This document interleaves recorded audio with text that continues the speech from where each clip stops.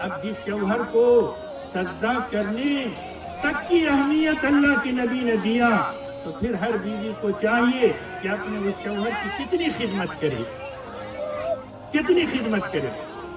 اس لیے ہم کو چاہیے یہ کہ حقوق اللہ حقوق العباد دونوں کو نبھاتے چلیں گے۔ ایک بات یہ بھی سن لیجئے، یہ بات سن لیجئے، باپ کی مثال سورج ہے، سورج میں کوئی کھڑا نہیں رہ سکتا۔ باپ غریب ہے، باپ مجبور ہے، باپ باولا ہے، بے وقوف ہے، اولاد کہتی ہے بے وقوف، اولاد کہتی ہے جس وقت میں ہم کو بولنا نہیں آتا تھا، کھانا مانگنے نہیں آتا تھا، کپڑا پہننا نہیں آتا تھا، پیشاب کا نام نہیں جانتے تھے، ہمارے بغیر بولے میری ماں میرے باپ یہ سمجھ جاتے تھے کہ اب میرا بچہ پیشاب کرے گا، اب میرا بچہ کھانا کھائے گا، اب میرا بچہ سوئے گا، میرے بچے کو کان میں درد ہے، ہم کچھ نہیں بولے، میری ماں میرے باپ سمجھ جاتے تھے۔ اور جب وہی بوڑھے ہوئے اگر کوئی بات ہم سے پوچھتے ہیں تو ہم ایک لفظ میں کہہ دیتے ہیں چھوڑیے نا اپنے سمجھیے گا، کہیں کہتے ہیں۔ کتنا دل دکھتا ہوگا، کتنا چوٹ لگتا ہوگا دل پر۔ اس لیے جن کے ماں باپ حیات میں ہیں وہ غنیمت جانیے، غنیمت جانیے، اللہ کی بہت بڑی نعمت آپ کے پاس ہے۔ ماں باپ کے ساتھ حسن سلوک کیجئے، ماں باپ کی اطاعت کیجئے، ماں باپ کی فرما برداری کیجئے۔ ہاں ایسا یہ ہے کہ ہمارے ذمہ دو حقوق ہیں، حقوق اللہ حقوق العباد، نماز روزہ زکوٰۃ حج، یہ سب حقوق اللہ ہیں، کرنا ہے، کوتاہی ہو جائے گی، کمی رہ جائے گی، اللہ معاف کر دے گا انشاءاللہ۔ اللہ سے یہی امید رکھیے انشاءاللہ۔ اللہ سے دعا کیجئے کہ اللہ تعالی ہم سب کو حقوق اللہ اور حقوق العباد دونوں حق کو ادا کرنے کی توفیق عطا فرمائے۔ آمین ثم آمین۔ وآخر دعوانا ان الحمدللہ رب العالمین۔ میرا پیارا نبی کتنا پیارا نبی، ساری دنیا